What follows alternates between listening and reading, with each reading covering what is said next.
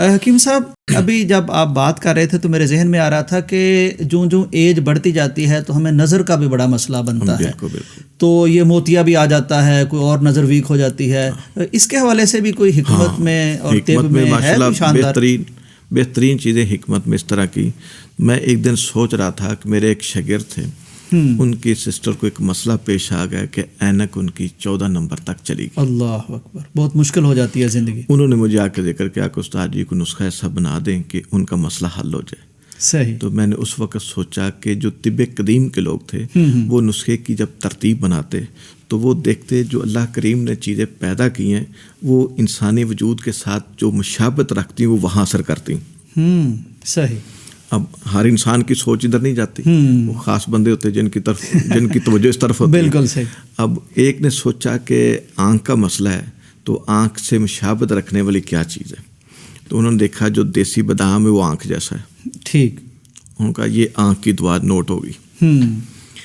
پھر انہوں نے دیکھا چونکہ پیچھے سے سپلائی تو دماغ سے آنی ہے, انہوں نے ایک اخروٹ توڑا تو اس کی شیپ انسانی دماغ جیسی تھی. بالکل. ان کا یہ دماغ کی دعا دوسری یہ شامل کر دی. ٹھیک.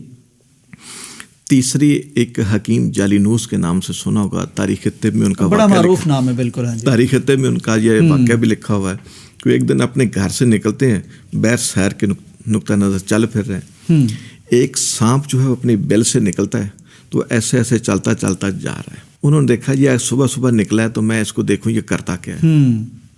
اگر ہمارے علاقے کا کوئی بندہ ہوتا تو اینٹ وٹا لے کے پیچھے لگ جاتا, لیکن اس کا تعلق طب سے تھا, حکمت سے تھا. اس طبیب تھا, اس نے کہا کہ صبح صبح نکل کے پہلا کام کیا کرتا کیا ہے.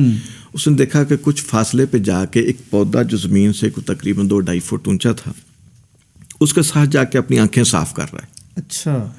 انہوں نے اس پودے کو کاٹ کے لا کے اس کو استعمال کرایا اور اپنے تئیں تصور کیا کہ یہ اللہ تعالیٰ کے کالی سے پڑے ہوئے ہیں, اللہ نے ان کی رہنمائی کی ہوئی حشرات کی, تو ضرور اس میں آنکھوں کی کوئی دوائی ہوگی, آخر اتنے پودے چھوڑ کے یہاں کیوں آیا. بالکل صحیح. پھر اس چیز کو انہوں نے آنکھوں کے امراض پہ استعمال کیا, بعد میں بڑے سارے لوگوں نے استعمال کیا اور آج تک ہو رہا اور قیامت تک ہوتا رہے گا. اس کا نام رکھا سونف. اچھا. واہ, یعنی کتنی عام چیز ہے. اب آپ کے سامنے 3 چیزیں آ گئی, اخروٹ, بادام اور سونف.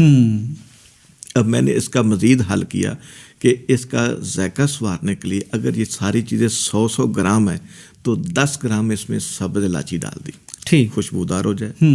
اور اس کے اندر چونکہ ہضم کی صلاحیت جو مغزیات اس کو کوئی نہ کوئی ہضم چیز چاہیے تو مرچ سفید ڈال دی. ٹھیک, وہ ہضم ہوتی ہے. ہاں, ایک مرچ کالی ہوتی ہے, بالکل اسی صید میں اس کو مرچ سفید یا دکنی مرچ بھی کہہ دیتے. ٹھیک. 10 گرام وہ ملا دینی. ٹھیک. اب یہ ساری چیزیں ہمارے پاس 320 گرام ہو گئی. اب اتنی ہی کوزہ مصری ملا دیتے ہیں تو اس کا ٹیسٹ بڑا اچھا بن جاتا ہے, بچے شوق سے کھا لیتے ہیں. اگر یہ گھر میں ڈبہ بنا کے رکھ لیا جائے تو بچوں کو صبح شام کھانے کے ساتھ دے دیا جائے, ایک چمچ, اس سے بچوں کی نظر کمزور نہیں ہوگی.